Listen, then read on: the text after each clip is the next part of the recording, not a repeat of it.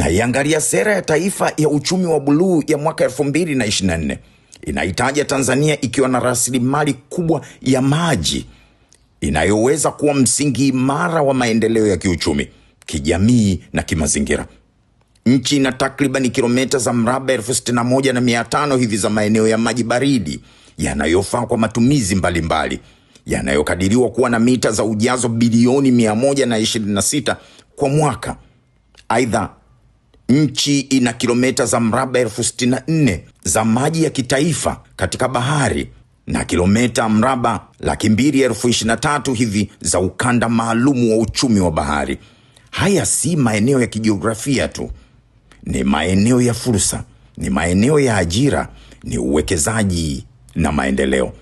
Ukanda wa pwani wa Tanzania wenye urefu wa kilomita 1,424 ni lango muhimu mno la uchumi wa taifa. Pwani inawezesha shughuli za uvuvi, usafirishaji wa bahari, utalii wa fukwe, ukuzaji wa viumbe maji, uhifadhi wa mazingira na biashara ya kimataifa.